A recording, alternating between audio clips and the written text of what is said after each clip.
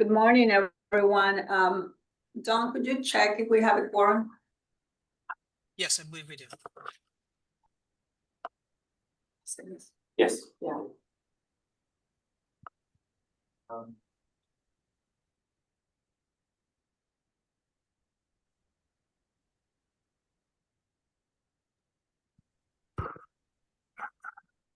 Sorry, yes, Commissioner, we do. Would you like me to go ahead with roll call?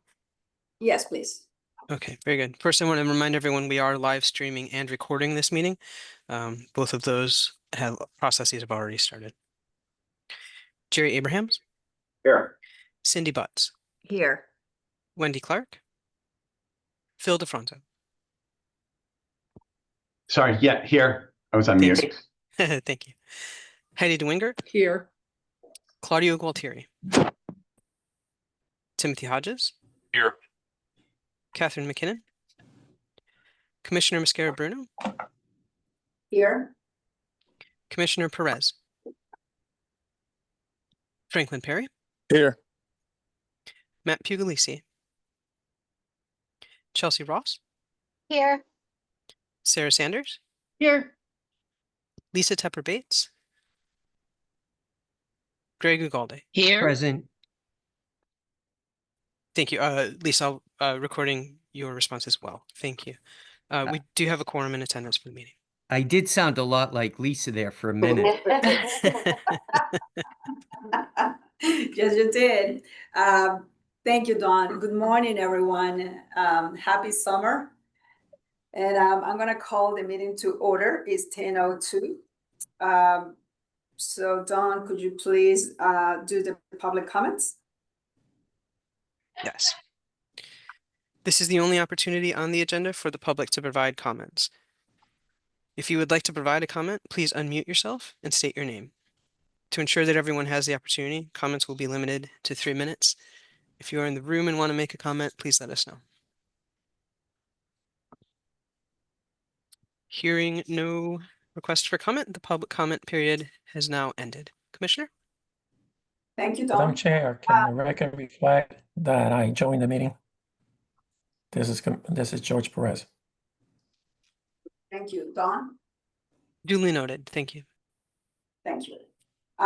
Next on the agenda is the Executive Director's report. Anthony? Yes, thank you. Good morning, everybody. So I just want to provide a few remarks today about my experience at the Housing Credit Conference, which is the National Council of State Housing Agencies annual convening on all matters related to the low-income housing tax credit program. And as many of you might know, the what's being billed as the One Big Beautiful Bill has been making its way through Congress. It's going through what's called a reconciliation process. It has lots of spending and spending and there's another word I can't think of at the moment, but it has tax provisions in this bill, and there are some significant positive changes to the low-income housing tax credit program that are looking like they might happen. There's great optimism that these provisions will actually make it all the way and be signed into law. The primary ones are 12% permanent boost to the 9% low-income housing tax credit ceiling. But the really big one is the permanent reduction of the bond financing threshold from 50% to 25%. These two changes themselves are projected to lead to the creation of 1.22 million homes over the next 10 years, which is 10 times the impact of the last major change to the housing credit, which was in 2017. If it happens to pass, it will be the culmination of almost 10 years of legislative advocacy by a variety of stakeholders in the housing credit industry. But I want to acknowledge that while there is much optimism around the real potential for a significant increase in this key housing resource, we also may be in a situation where thousands of lower income and low income households could be negatively impacted by the same bill through cuts to the social safety net programs like Medicaid and SNAP. So it is kind of a very sad irony that unfortunately is affecting us today. In terms of the one of the changes, the 25% test, we just had a really, really robust discussion at the end of Finance and Audit about bond financings and volume cap and private activity.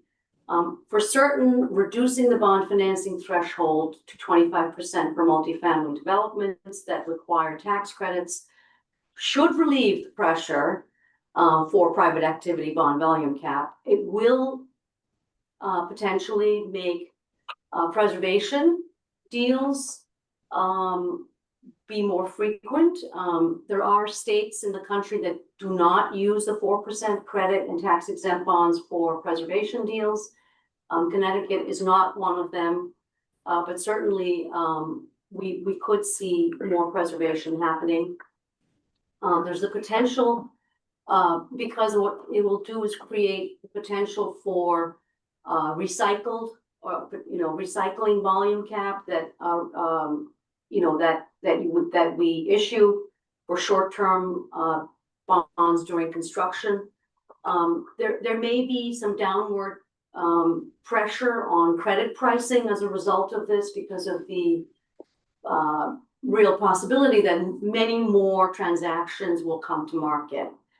And so that is a big TBD, but there are conversations around that. The need for soft funds will continue despite this change, primarily because it will have no impact really on what housing credit developments are achieving, which is extremely low rents and deeply affordable units, for which gap filler will still be needed. And in addition to that, changes to the appropriations for federal programs run through HUD being negatively impacted could also create a need for gap funding. Just really quickly, we've heard about the FY26 federal appropriations process, which is underway, which is where regular funding for HUD programs would be located. That is still being negotiated. Although the White House proposed budget zeroed out many HUD programs, including home, there seems to be some skepticism among members of Congress and certain subcommittees about entirely gutting HUD programs. So the potential for these cuts to home CDBG rental assistance is real. The scale and magnitude of the cuts is unclear, given that Congress may not be amenable to the large-scale nature of the proposed White House budget cuts. At the same time, there is a likelihood of regulatory reform on some of the same programs, especially home. Again, with the goal of cutting red tape and ostensibly making it a little easier to create housing. And so, of course, that would be welcome news for areas of the regulation like BABA, which stands for Buy America, Build America, or Build or Buy, whichever one it is, but it's BABA. Environmental review regulations and Davis-Bacon. These issues have been problematic for Connecticut housing credit funded developments as well.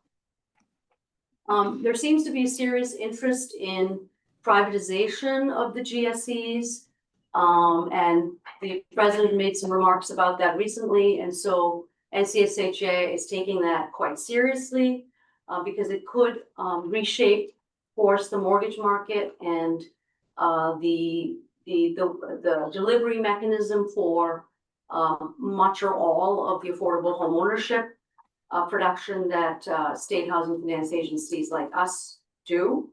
To be more intentional about where to focus efforts, the board of NCSHA created a task force. The leadership has asked me to be a member of the task force, and the idea is to develop a vision and a set of principles and recommendations and priorities to guide the NCSHA in advocating with FHFA around our priorities and our financings of both affordable for sale and rental housing. There's been a spotlight on, I promise I will stop very soon. I have a few minutes left. There's been an increasing spotlight on total development costs in housing credit developments. We've discussed it here. I know at Mortgage Committee, there has been some robust conversation around it. There's been some negative press recently. There was a Washington Post article about the cost of low-income housing tax credit developments in DC and a few other places. NCSHA is taking this very seriously, as are we all. They've convened a developer roundtable and to see if there's a way that the states can partner on identifying potential cost containment measures. And of course, we have replicated that effort here in Connecticut prior to this meeting that NCSHA convened. And so we're hoping to work collaboratively with a variety of different folks at the table. But that takes me to the next point, which is the qualified allocation plan is presented to you today for your approval. Not so coincidentally, cost containment has been a priority for the task force, the QAP task force, as well as the staff. We've had to thread the needle between what are state housing policy priorities that continue to be important, recognizing that there is a great need and urgency for affordable housing units to be produced, and that we need to recognize and show commitment in the qualified allocation plan for financial efficiency and readiness to proceed. And so I believe that our new qualified allocation plan has made the argument for greater efficiency admirably. So that may have been longer than I've given in previous times, but it was actually fairly abbreviated given everything that's happening in DC. I have previously offered to bring Stockton Williams, who's the executive director of NCSHA, to one of our board meetings via Zoom or in person. And he'd be happy to do so, and I'd be happy to facilitate that as well. Last but not least, I believe that this is Cindy Butts' last meeting as our board member, so just want to publicly acknowledge Cindy. Thank you for your commitment and service to CHFA. It's been wonderful working with you. Thank you, Nandini. Comments or questions? I had a question. Yes, Phil. Is there, I haven't read through the entire bill, but the governor recently vetoed the housing bill. Is that have any effect on us at CHFA, like in any way? Like, is there? No, I think there might have been a provision in the housing bill around smart rate, which was, if you recall, the student loan program. And so that would be the only thing, but I do not believe that there was a corresponding bond authorization. No, it was. So it shouldn't affect anything. It shouldn't affect the work that we're doing. Even on the multifamily side too, or no? No. Okay. Yeah, and the governor and the legislators are planning to have a special session, so we will be involved in it. Any other question? All right, I have a comment. I just want to, so you said Cindy Butts is leaving our board, you said? I did. I just want to say to Cindy, I really appreciated your participation on this board. I thought it was so important to have a realtor who was dealing with the, representing realtors, dealing with the markets and what housing was going on with first-time buyers. And I think your contributions to this board was really great. And sorry to see you go. I echo that, especially mortgage committee. Yeah, I was going to at the end to Oh, okay. open it up. So we'll do that. We'll come back to it. Thank you. Mortgage committee, Pat, you're gonna present a resolution for financing for 2980 State Street, Hampton, Connecticut project. Yes, good morning, everybody. At Tuesday's mortgage committee meeting, Michelle Onofrio presented a request for financing for 2980 State Street in Hamden. The total financing request was not to exceed $16,377,000 and is comprised of a tax exempt construction only loan of approximately $14.242 million, interest only at 6% for 24 months, a tax exempt construction to perm note of approximately $1.135 million, interest only for 24 months at a rate of 6.7%, and thereafter amortizing on a 40-year schedule.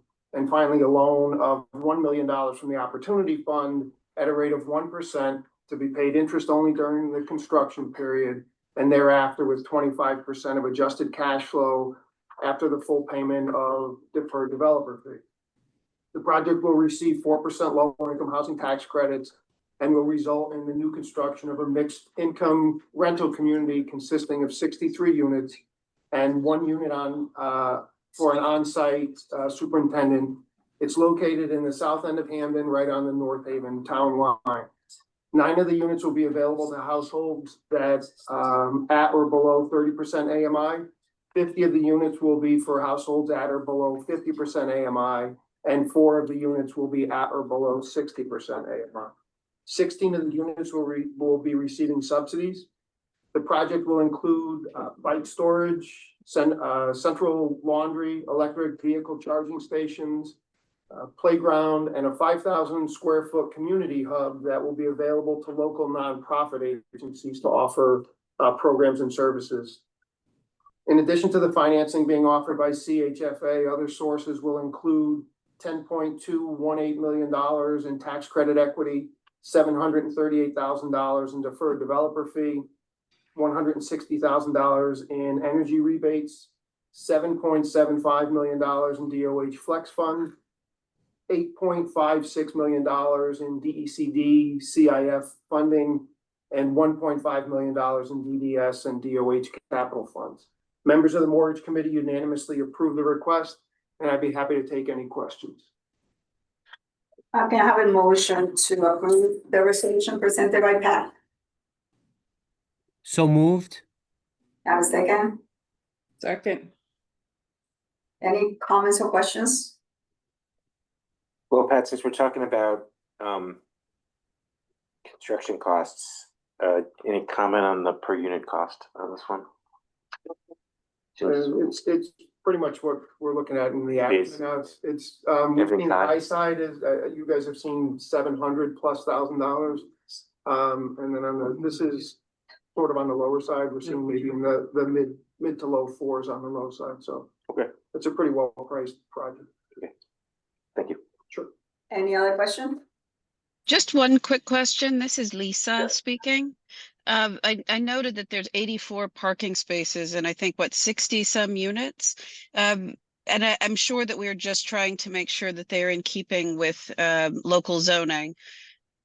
Do we believe that many parking spaces is required for this type of development?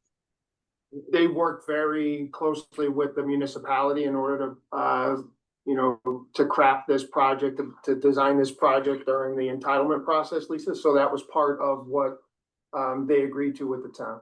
And it does meet, Sure. it is within our standards. There is a big push recently to take a look at the reduction of parking requirements.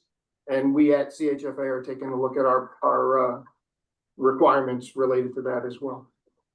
Okay, so we're not necessarily in a position right now that you could tell us whether you are seeing similar developments actually use that many spaces, but hopefully we'll have better data on that in the next several months? Correct. Great, thank you. Thank you, Lisa. Any other question? Hearing none, John, could you please do a roll call? Of course. Jerry Abrahams, Aye. Cindy Butts, Aye. Wendy Clark, Phil DeFranco, Yes. Heidi DeWingert, Aye. Claudio Gualtieri, Timothy Hodges,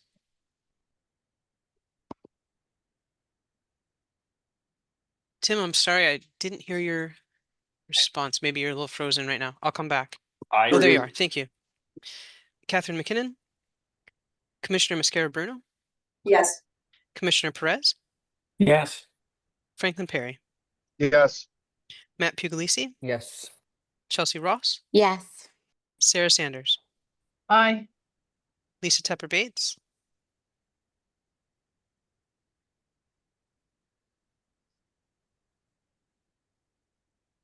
Aye. thank you, Greg Ugalde. Aye. The vote passes unanimously. Thank you, Don. Motion carries. That is for mortgage committee, other reports and actions. Pat, you're gonna present a resolution regarding the MOA with for the state sponsored housing portfolio. Yes, thank you.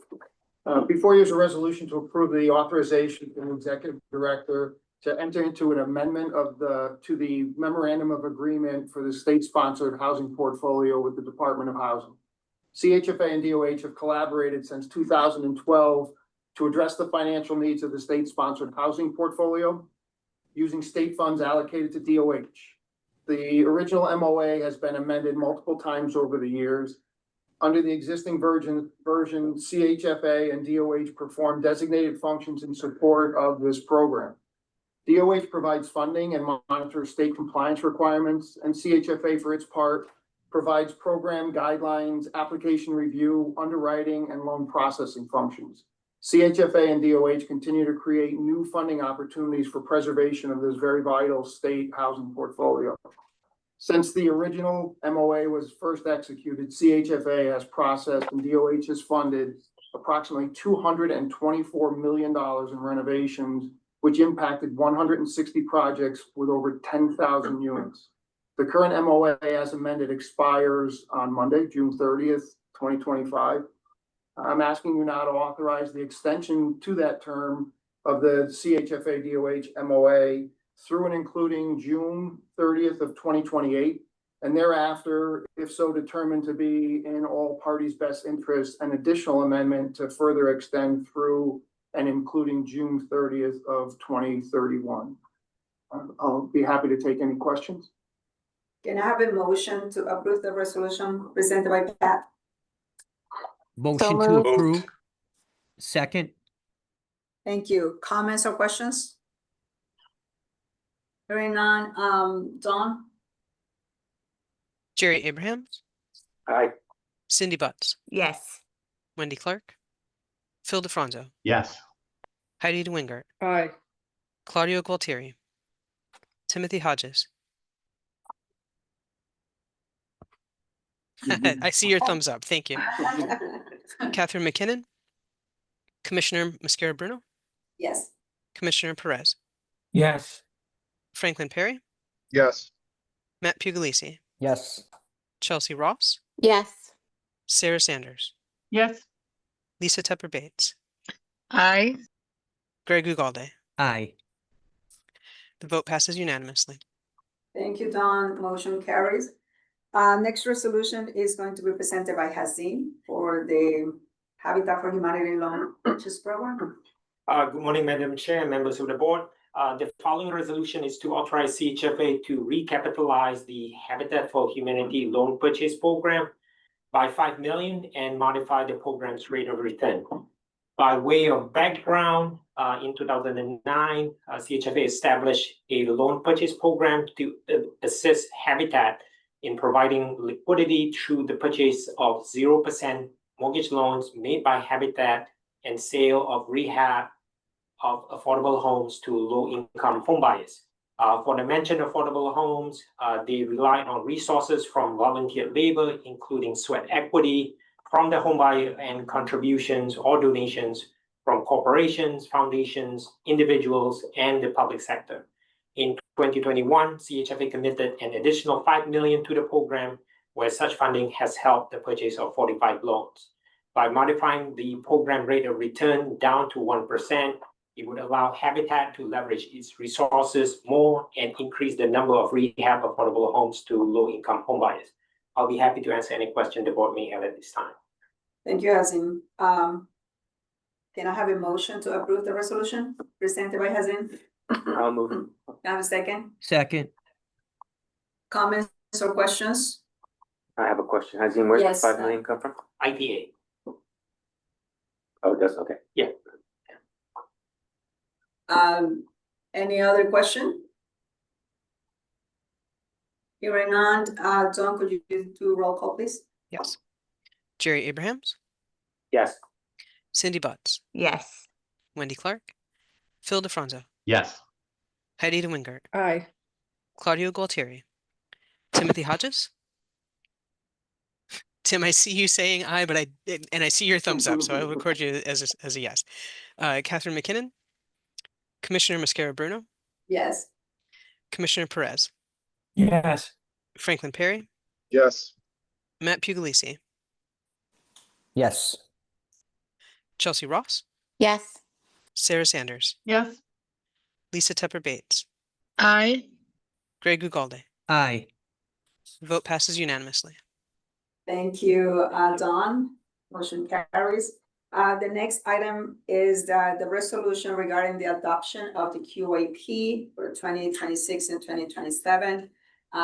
Terry, you're gonna do the presentation of the resolution? Yes, thank you. Good morning.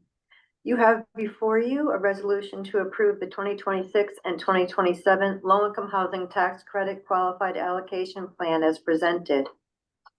CHFA reviews the QAP every 2 years and makes changes necessary to address current policy and best achieve established goals of the LIHTC program. Beginning in January of this year, the board's QAP task force met with CHFA staff to review and consider potential revisions to the QAP and to learn of public comments. Stakeholders were invited to roundtable discussions for their input, and CHFA also met with several state legislators who had voiced concerns about the QAP over the past several years. All of these meetings informed the draft QAP that was published for review and comment. Notice of the public hearing and comment period was published statewide in the 5 largest newspapers, on CHFA's website, and via e-blast. Notice provided the hearing date and access instructions, as well as the June 1st to 13th public comment period for written submissions. A redlined version of the proposed QAP was published for the interested parties to review and comment. And as required by IRS regulations, a public hearing was held on June 12th, inviting comments and testimony prior to seeking approval of the governor. 7 written comments were received from developers and other stakeholders, and over 50 people attended the public hearing, including members of CHFA staff. Overall, comments to the 26 and 27 QAP as proposed were very positive, with few concerns identified. As a result of the review of public comments, 4 edits were made to the published proposed QAP, all of which were cleanup items. As these changes were considered administrative and supplemental to previously noticed proposed changes, they did not require an additional public hearing. So in conclusion, revisions for the 26 and 27 QAP ranged from clarifications to substantive changes. All changes were published, and the public was provided with multiple opportunities to provide comment. Comments were reviewed and considered, resulting in the final version being recommended for adoption. The board's QAP task force unanimously approved presenting the QAP today for the board's adoption. It is recommended then that the board adopt the 26 and 27 QAP as presented. Thank you, Terry.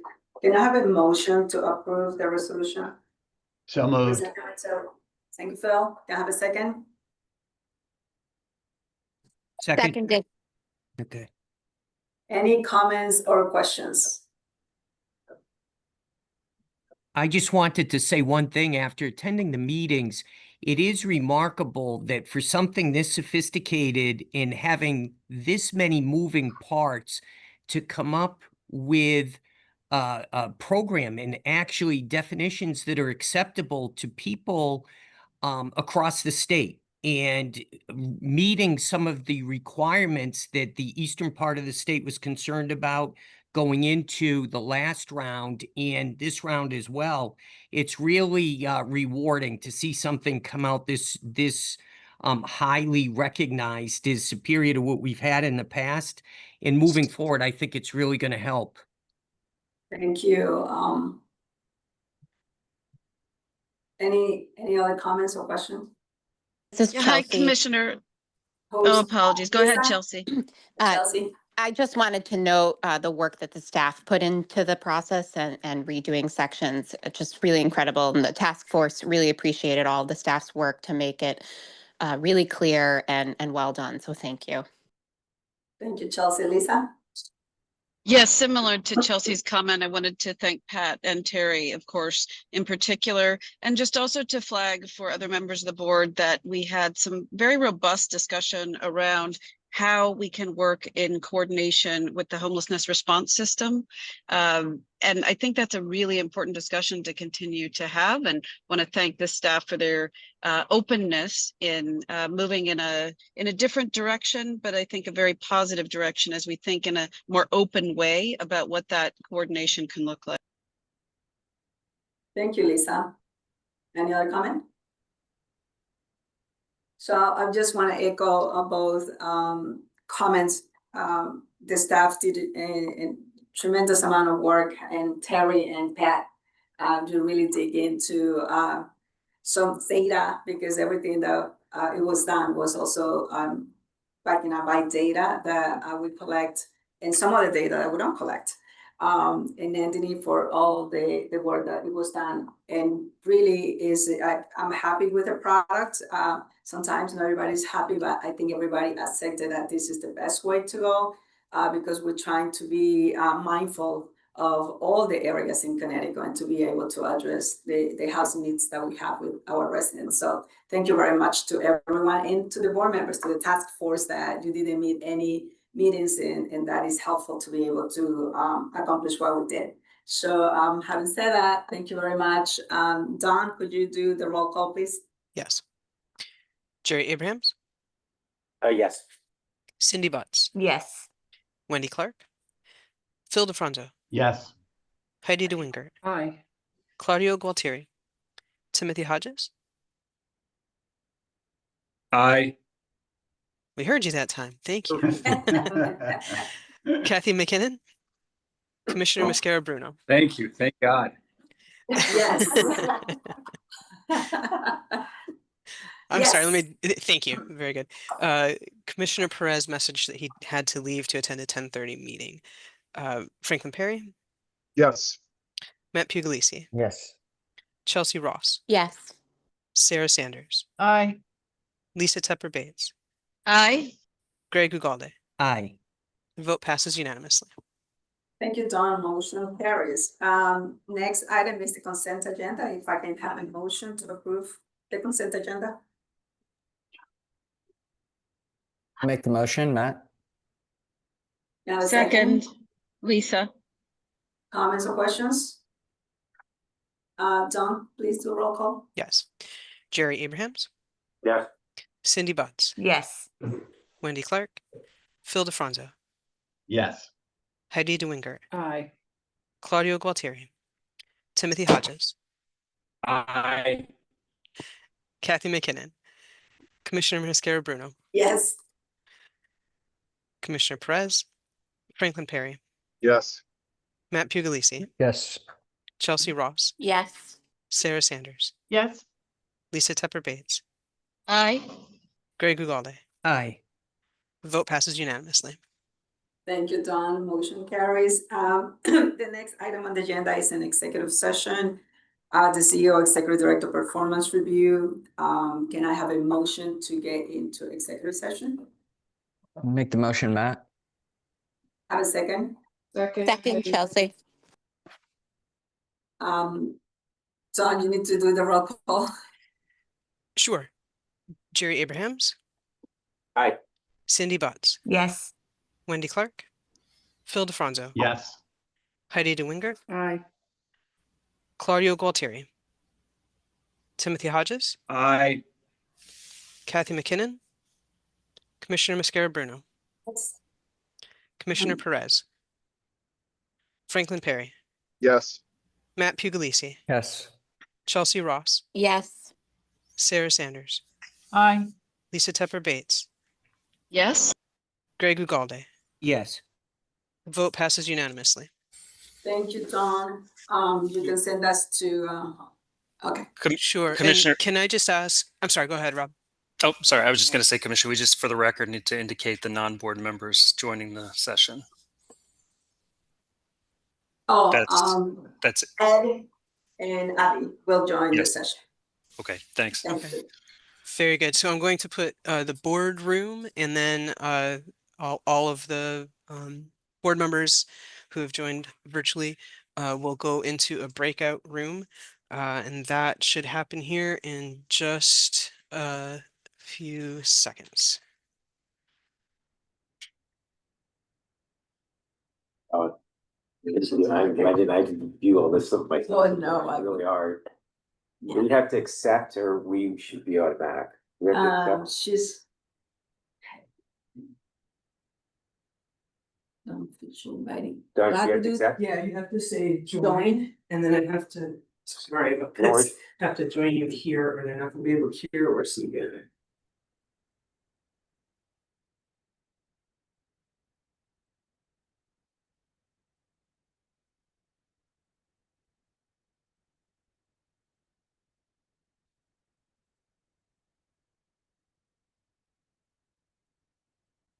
Dawn, I'm still here in the main room because I had to switch devices. If you can move me over.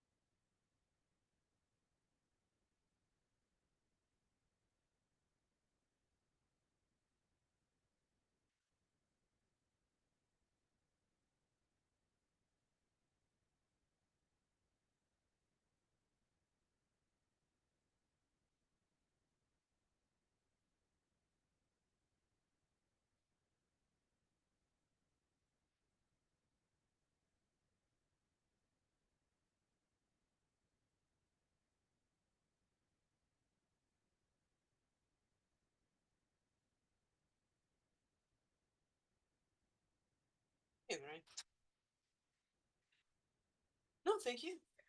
Yeah. Sorry, you know what? I think I'm gonna start earlier too.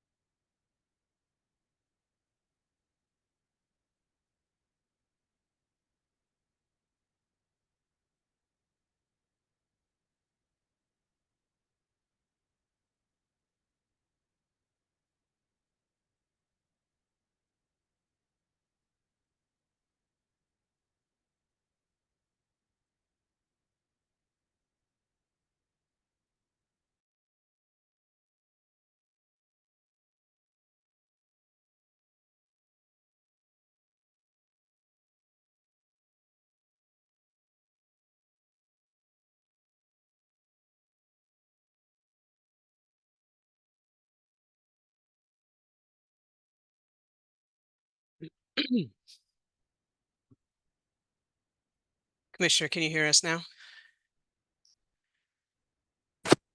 I can hear you. All right, we're not hearing the commissioner. Let me see what's going on there. Give me 1 second, please.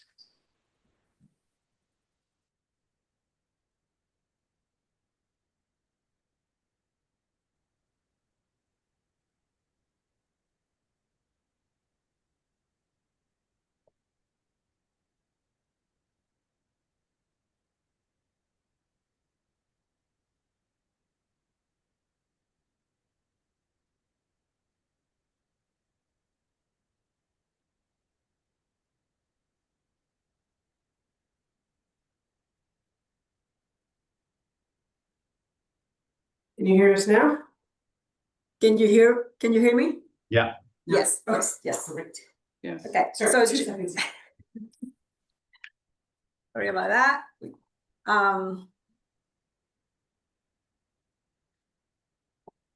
Okay, so we'll do it again. We're gonna adjourn the meeting. Can I have a motion to adjourn the meeting? So moved. Jerry moved. Can I have a second? Second. Thank you, Heidi. All those in favor to adjourn the meeting, please say aye. Hi. Any opposed? All right, so meeting is adjourned. Thank you for Thank everything, you, Cindy. everyone. Thank you. Great You're job, welcome, Cindy. Greg. Cindy. We're gonna Thank miss you, you. thank you for all your work.